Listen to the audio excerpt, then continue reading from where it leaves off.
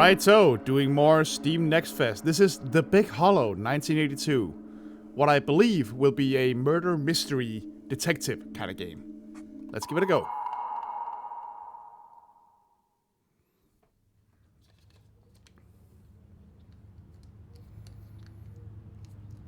Ma? Ma, you sleeping?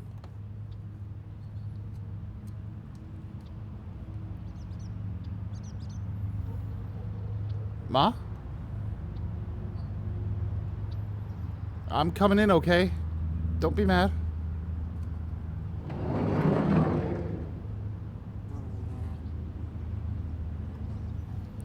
I don't reckon she left me no pie anyhow. Oh, we dealing with an abusive mom here? Why? They's empty. What's going on? Ma? Ma? Hello? Ma? She doesn't seem to be here. Lots of medicine on the counter, too. I'm assuming some of that is medicine. Oh! Oh. That doesn't look good.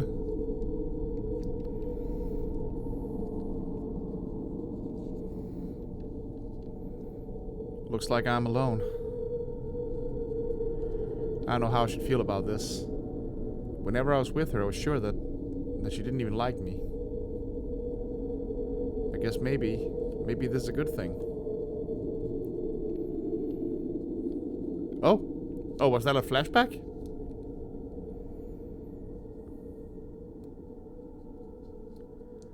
No.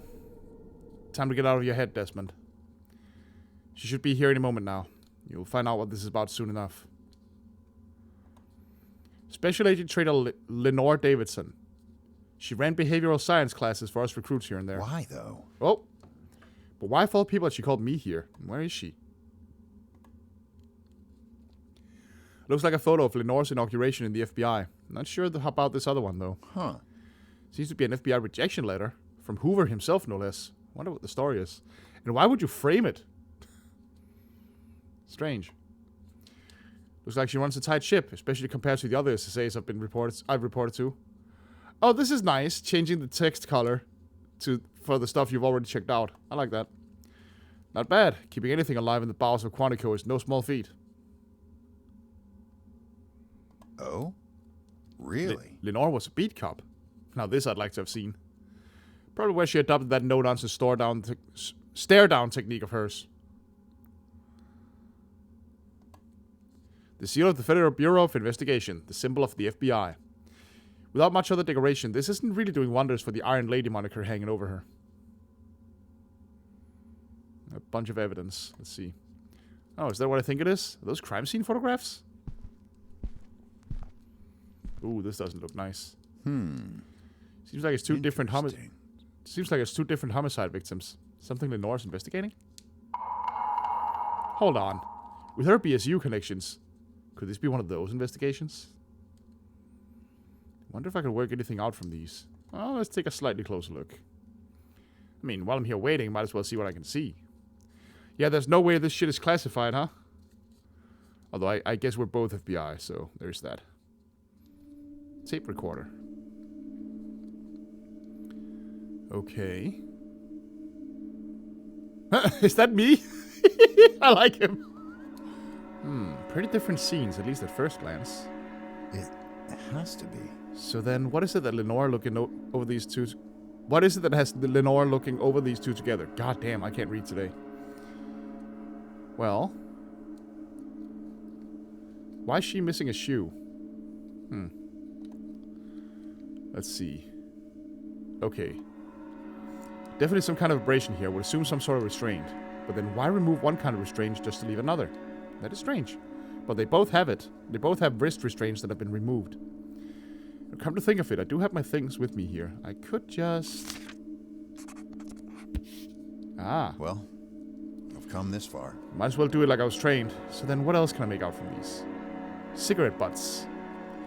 The way the mud builds on the side and the width too. Something big and heavy made these tracks. A truck or a trailer perhaps? The second shoe here is clearly hers. These cigarette butts nearby too. Was her killer bold enough to hang around and admire what he'd done? Theoretically, they could have been her cigarette butts, but that would mean she just stood there, got attacked, and then he took her back. Yeah, that's unlikely. That's the killer's cigarette butts. Or they were there already. Now that's interesting. A handbag means identification, something the killer would normally like to delay. So then one has to wonder, what was the relationship between victim and killer here?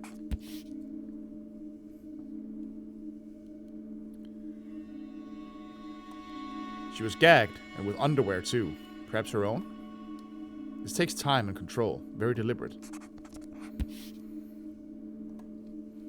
Clear ligature mark. Strangulation is likely the cause of death. What else can we check out? Body position. Her posture here is awkward. I'm not sure she simply fell this way. For her legs to be open towards the road like that seems like she's being humiliated to me. Oh, that's gross. So what else am I missing here? Some last thing. Yeah, exactly. Only one shoe on. Could it be it fell off as she was thumped? That's that then. I think that's the main points, from this photo at least. Odd thing, isn't it, to be driving without shoes? But, that's interesting. Some kind of scratching on her soles?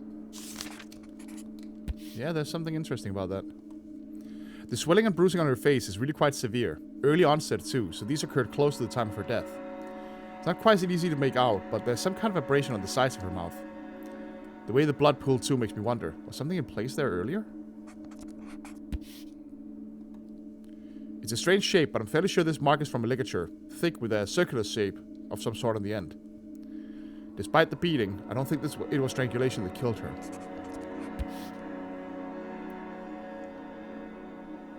Could it be from some kind of collar? I'm no expert, but this combination of clothes looks off. That's not to mention the undone button in the middle. Something's not right with this. Looks to be abrasions matching both arms, so she was restrained at some point then. Like the other one. What else can we check out here? Her clothes, her wrists, her neck, her face.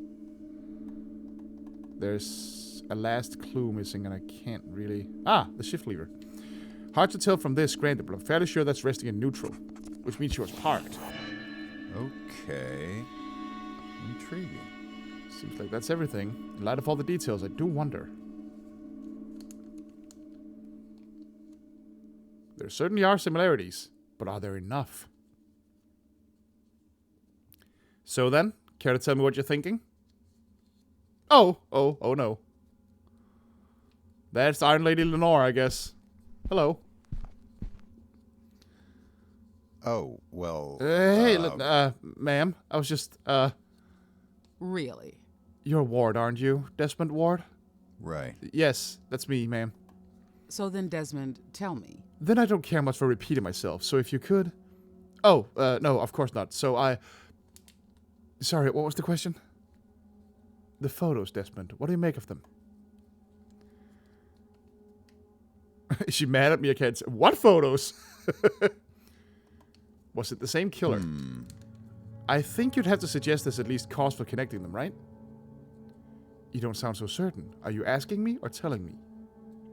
Well, the thing is, there are differences between them. It's certainly not clean cut. Could it be? But the similarities are there, so it's hard to say exactly. Well, mostly the abrasions on the wrists and neck. Those are pretty telling.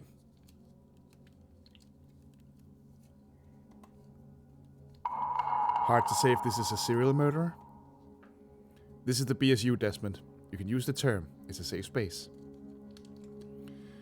These serial killer profilers have been the talk of the Bureau for the last few years. An exciting new analytical approach to solving repeat offender murders. It's exactly why I've been trying to get time with anyone from the behavioral science unit. Why I was intrigued by this invitation. Only, I guess it's just that I'm not really trained on what this is about just yet. The programs here aren't big on profiling or serial homicide. Old dogs and new tricks, I'm afraid. I hear you major in sociology, which will help some. A minor in psych too, yes? Oh, well... yes, ma'am. It was mostly introductory classes. Really? Introductory, right. But your instructors tell me it was my lectures that had you interested in the BSU. What you said about offender behaviors and how we interpret them to better understand crimes, I think this is the future of homicide investigation. To be able to find murderers just by thinking how they think. Something like that is key to my work as a future agent, ma'am. There is more to it, though. There's a little more to it than that, Desmond. But I suppose as a concept, it's as good a starting point as any. Starting point? Just a little exercise of sorts. A case this unit just recently assisted on. I'm curious to hear what you can make of it. Come, let's see what mind reading you're capable of. You know, I'm immediately charmed by this. I like the character art. I like that I'm playing, like, you know, a semi-established man trying a new approach to his job. And I like the tone. I like how seriously this takes itself so far. A case they're already finished with. She wanted me to find the photographs. This is some sort of, what, evaluation? Alright, okay, keep focused here. Oh, keep focused here, Desmond. You can't disappoint her now. I mean, I'm sure I can. I'll find a way.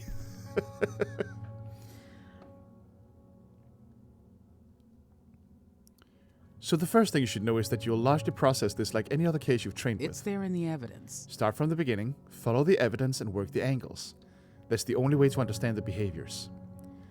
Now that you're already familiar with the two victims, we can jump straight in. Oh? Well, I did have a little look. I think familiar might be a stretch, though. Desmond. Come now, this is all just logic. Look, I'll even start you off easy. Take the victim on the left. How would you have set about identifying her? The bag.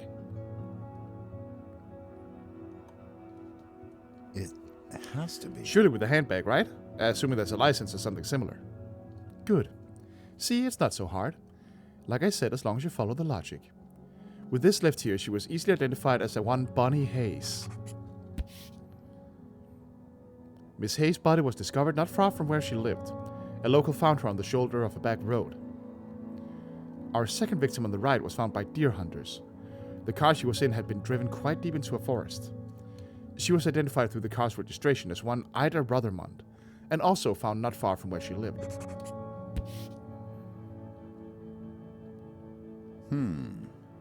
One on the back road, the other inside a car in a forest, both close to their homes.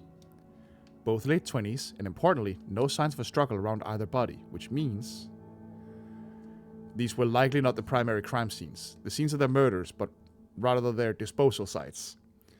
That's an important part of linking serial murder cases, isn't it? The way each body has been left behind?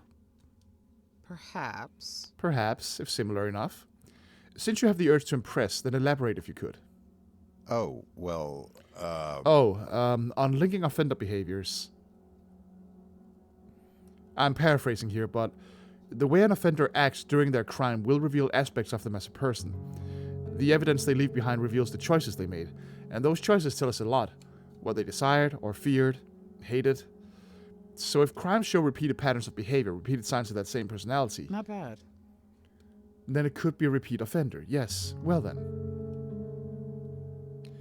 What would you suggest here? Could we claim there were similarities in how the offender disposed of each victim? The way in which these bodies were left are similar. here's what I'm thinking. On the surface, they might seem to have their differences, but I'm not completely convinced. A back road, a forest, both are relatively secluded areas, both near the victims' homes. Quite valid reasoning, I'll give you that, but tell me. There is more to it, though. Would you not agree that there's considerably more effort made here to hide one body over the other? Yeah. That's true, right. so it's a start, but I guess we need more information, more context. Well, proximity must be a fairly large factor. How close are they to each other? Now you're getting somewhere. You're certainly asking the right questions. Miss Hayes was found close to Briar Hollow, an old and mostly defunct logging town in the northern outskirts of Cumberland. Miss Rothermund and her car were closer to Hickory Ridge, North Trenton. A fuel junction with a few residents, not much else. In fact, Thing is, both were found off the same back road connecting the town to the fuel junction, barely 2 miles apart. Oh, So that suggests a hunting ground. really? But then they must be connected. Small back road, 2 small populaces. not quite, Desmond. Don't get ahead of yourself, Desmond. This is about context, as you said, and we have good reason to believe the suspect pool could be significantly wider. Let's see here. Have a close look at this, and keep in mind, this is all about logical reasoning. What do you think is an indication of why this might not just be a local offender? Might not be just a local. Let's see.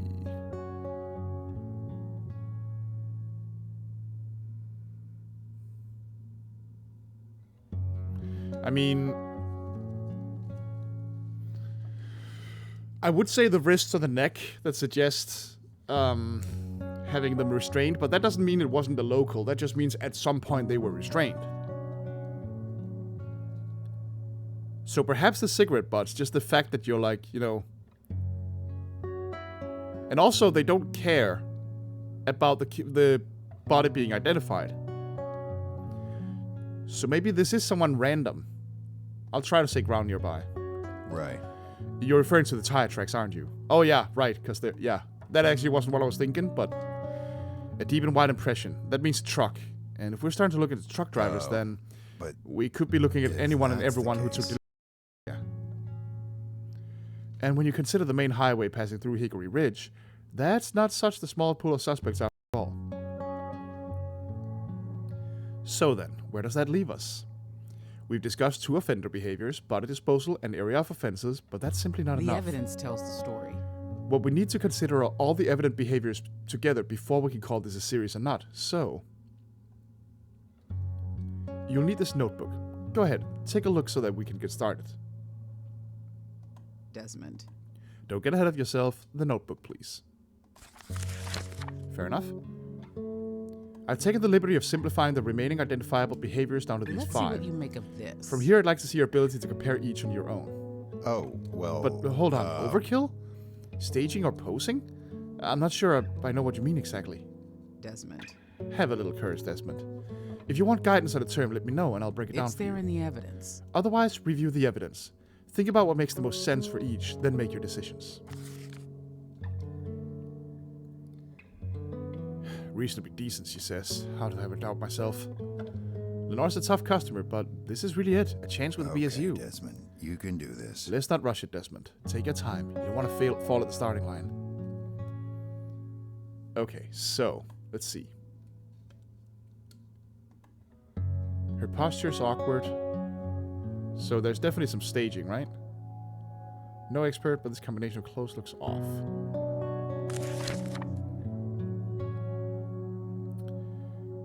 Staging or posing. Moving the body in some way after the murder, generally to misdirect investigators, is considered staging. If it's for some other personal reason of the offenders, though, perhaps as a symbol or ritual, then this is known as posing. Be careful not to confuse the two. I'd say... signs of overkill. Generally speaking, force against the victim which wasn't necessary in actually causing the victim's death is known as overkill. Here, I'm particularly interested in indications of emotion from the offender, rather than a controlled attack. Well, this one is just... Restraints refers to basically anything used by the offender to limit the victim's physical capabilities. Usually they restrict movements, but it can also be about minimizing the victim's ability to create noise. Yep. Oh, so you don't actually put like a little check mark. Okay. Cause of death, but we don't know what the cause of death is. The theory is strangulation, but let's see. Fairly sure this is the mark from a ligature, thick with a circular shape. Despite the beating, I would think this was a strangulation that killed her. Oh, really? I misread that completely then. So that's similar. Weapons utilized. Whatever it was that the offender utilized in the act of murdering the victim is what we want to consider specifically here.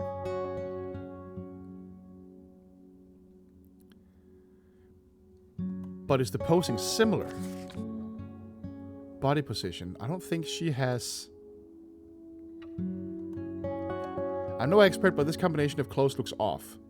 That's not to mention the undone button in the middle. Something's not right.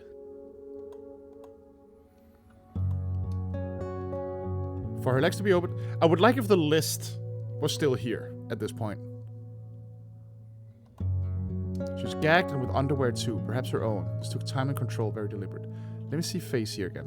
Swelling and bruising is really quite severe. Early onset too. So these occurred close to the time of her death. So overkill is not similar. Neither is the staging or posing, because one suggests that she has been dressed very deliberately. And here he's talking about humiliation. They're both missing a shoe, but that could just be, you know, the struggle. Some kind of scratching on her shoes. Weapons utilized. I mean, they... Okay, I'm gonna do it like this and see how well I'm doing. Not quite, Desmond. Well, you're close. More than half are right by my count. Okay.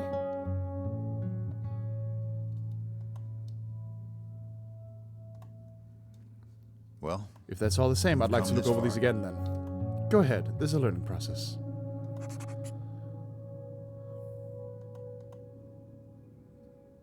Not quite, Desmond. Okay, I'm still not quite there.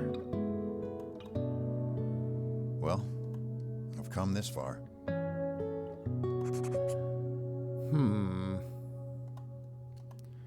You don't have anything concrete on how either woman died, so use your best judgment here. Based on what can be seen, what will be the most likely reason? Yeah. We've already...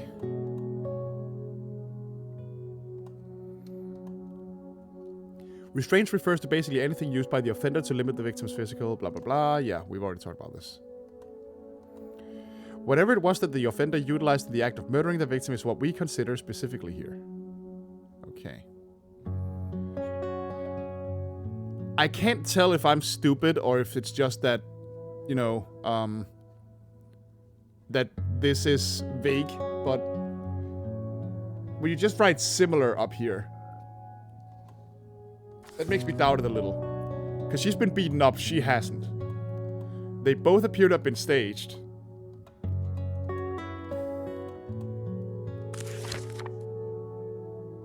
And I think maybe she only has like a more than half, less than half, or perfect line. Fuck it, I'll just let her tell me what I did wrong. Not This is a demo. quite, Desmond. Oh, well... I prefer not to make it a guessing game. Maybe it's time to maybe show me a not few then. pointers here. Good, let's break this down then.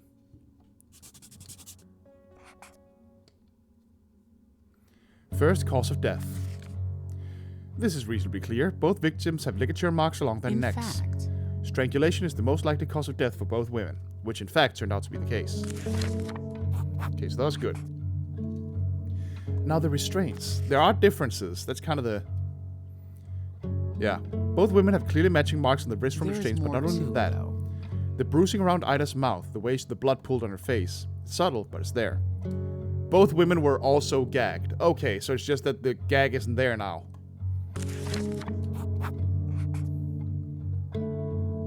Things get a little more interesting here. We know both were strangled, however. The impressions on each victim's neck, the ligature marks differ. And strangulations, that is the weapon we're considering. If that's the case, Does this mean it was a different offender? Not necessarily, but even so, the change in the exact ligature is significant. So, okay, that was wrong. They weren't similar enough. Fair, I'm getting it. This can be a difficult one to an untrained eye, but you've done well. in fact, With Ida's bruising not having time to fully form, it must have occurred during the time of her death, or just before. Was this violence used to control her? She was already restrained, so no, that's not likely. And since Bonnie had no such injuries, we simply can't discount this important difference. And lastly, staging or posing, another tricky one. Both bodies have in fact been repositioned. Bonnie was posed, yeah, they're different. Positioned in a way to degrade and humiliate her. Ida, on the other hand, was not positioned in a way to present what the offender had done. Far from it, actually. Ida was in fact staged, repositioned in an attempt to deceive investigators. the evidence tells the story. Remember, staging to deceive, posing for ritual or symbol. Seemingly similar, but in actuality quite different. Okay, so it was only weapons utilized I fucked up, and that was because I forgot to consider the circular indentation. Okay. For your first foray into linkages, Nicely deduced. That was good work, Desmond. I'm impressed. Yeah. Well, thanks, but I can't pretend I would have noticed every single detail you mentioned. So the victims are strange in similar ways, but we don't know if it was the same unique gag. Both are strangled, but with different ligature, plus the difference in posing and staging. I wonder. They're on the same Could it road, be? but with all of that said, is that enough? A little more critical in your suspicions now, That's good. I like to see it. What we need is an aspect of the offender's behavior that is significant. Something undeniably from the same person. Let's see here. Let's go back to what you just mentioned. The gag utilized. Yeah. There's a focus on underwear, because one button is open on her shirt. Question is there a bra underneath it? Let's go back to what you just mentioned. The gag utilized against Bonnie. You described it as unique. Well, it's so deliberate. There are much easier ways to gag someone. He needs to go out of his way to do it. Exactly. Which means it likely fills an important need for the offender. He's driven to do it. So then, what if we can prove that this unique behavior, the same type of gag, was utilized during Ida's homicide? Oh? Did I Really? miss something? I don't think I saw anything related to a gag. It's not always about what is seen, Desmond, but about what can be deduced. So then, Desmond, tell me. Think carefully. What we need to examine here in order to know if Ida had the same gag as Bonnie? Well, her clothes. Could it be? I suppose if Ida did have her underwear removed and used as a gag, then the logical thing is to examine her clothes. The underwear would be missing, assuming the offender kept or disposed of them. Not bad. Either that, or they'd be back on her, which, as it turns out, was the case. Yeah, it's buttoned wrong, and like you said, the clothes didn't really match. The presence of blood and saliva on the underwear gave it away. Ew. It matched perfectly for the positioning as a gag. Ah, okay. I see. So he redressed her? I did think something was odd about her clothing. Presumably part of his staging process. Huh. Right. Redressed her for the staging. The same back road, restrained, strangled, same unique gag. Yeah, that's a serial killer. At this point, it's quite compelling. The behavioral links are difficult to deny. This is likely a repeat offender, and these two cases should be investigated with that close in mind. But then, despite the similarities, the victims are still so different. You know, all this time it seemed like there was the differences that made this harder to investigate, but now I think it's exactly those differences that will help find the man who did it. Oh, how is that then? It has to be. It's like you say, if you follow the logic of why he did what he did, it can only mean one thing. It can only mean that he was known to one victim much more than the other. Perhaps. Interesting. You have my undivided attention, Desmond. Well, Well, come you're in this it now. far. I hope I'm right about this. The difference in crime scenes suggests the killer was known to...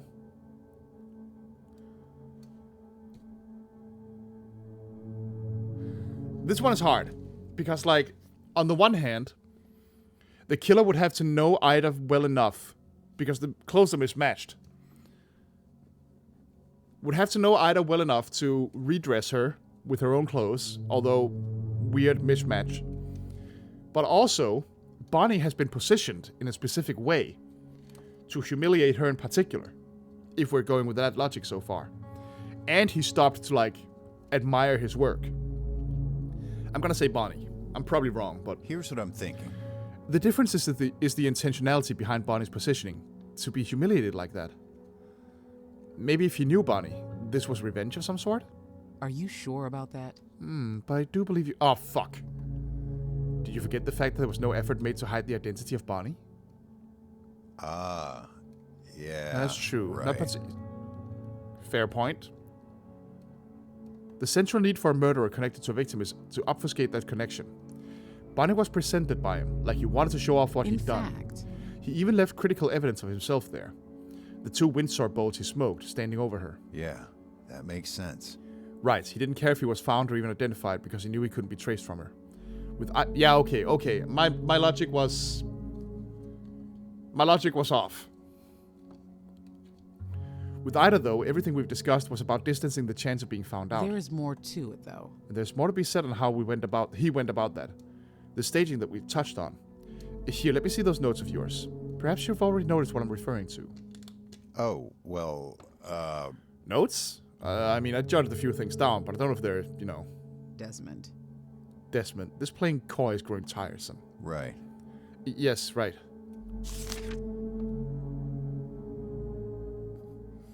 Well, it was rough practice more than anything else.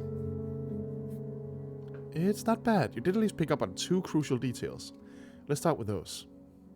Don't be coy, she says. Here, hand me that notebook again.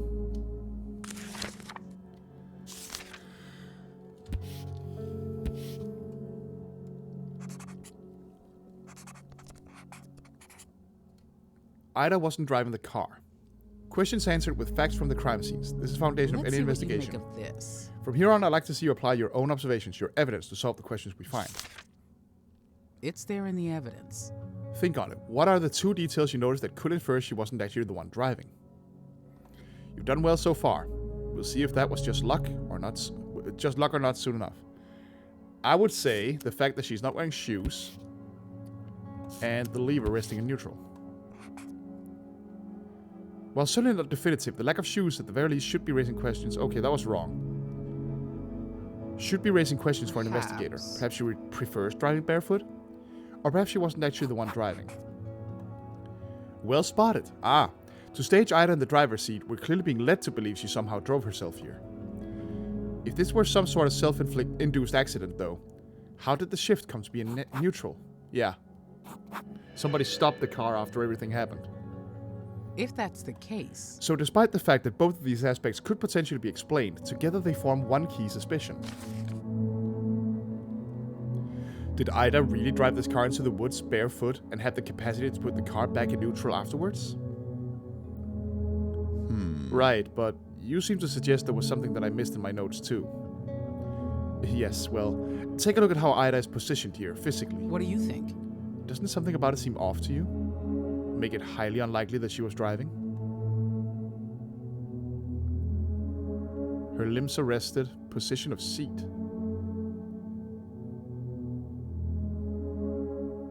The seat is pushed pretty far back. Body is slumped. No, that makes sense. Limbs are rested. I'd say limbs rested. Could it be? Perhaps the way her feet and hands came to rest. One of her feet aren't even towards the pedals. Not quite, Desmond. Yeah, okay. That could easily have occurred with... Yeah, okay. Referring to the seat. Fuck! I should have gone with my first instinct. Once you notice how far... Yeah, god damn it. Alright. I did some overthinking. It's clear that Ida could not have comfortably driven this car. Yeah. Right, I see. Whoever was driving was tall. Taller than Ida at the very least. So the seat, the missing shoes, the car in neutral, the offender at least attempted to stage this as, what, a car crash? Further proof that this was about him distancing himself. About him knowing one victim more than the other. That makes 2 established ideas. We have a repeat offender, one that was known to Ida. So then, Desmond, tell me. So then tell me, where are you going to start the investigation? Oh, me? Well... Desmond, really. We spoke about this. Right. Right, okay. The bottom line here is learning more about Ida, so I would think... I would start by going back to her home. See what can be gathered from there. why is that? I'm curious. Why do you think it is that you do that? That was a little weirdly phrased. Well, it was nearby. Could be something happened there, or it's at least a starting point learning about Ida. I'm not talking about the case, Desmond. I'm talking about you. This defensiveness. I'm sorry? I'm not sure I follow, man. You're shying away from taking the initiative, but not always. Why do you think that is? Does something in particular intimidate you, Mr. Ward? Yeah, you! Am I intimidated? Is this part of her test? You know what? I'm gonna be honest. If I'm honest, ma'am, I probably am intimidated, at least a little. It is, at times, hard to tell if you're, well... if I'm impressed. If you're disappointed. But believe me, I appreciate the opportunity and the challenge. I'm ready to step it up, ma'am. Right, I see. Interesting. Step up, you say? Back to it, Desmond. Good. Back to it, then. Only now let's try with a little more independency. You said you wanted to visit her home, so let's start with that. Ah, here we go. This is fun. I'm really liking this. This is Ida's home. At least, well, I mean, it's fun as a game. Obviously, the case is fucked up. This is Ida's home. At least the back half that makes up her bedroom. Let's see what you make of this. Let's see what you can make of this without the hand-holding. This is your scene now. Okay, let's inspect.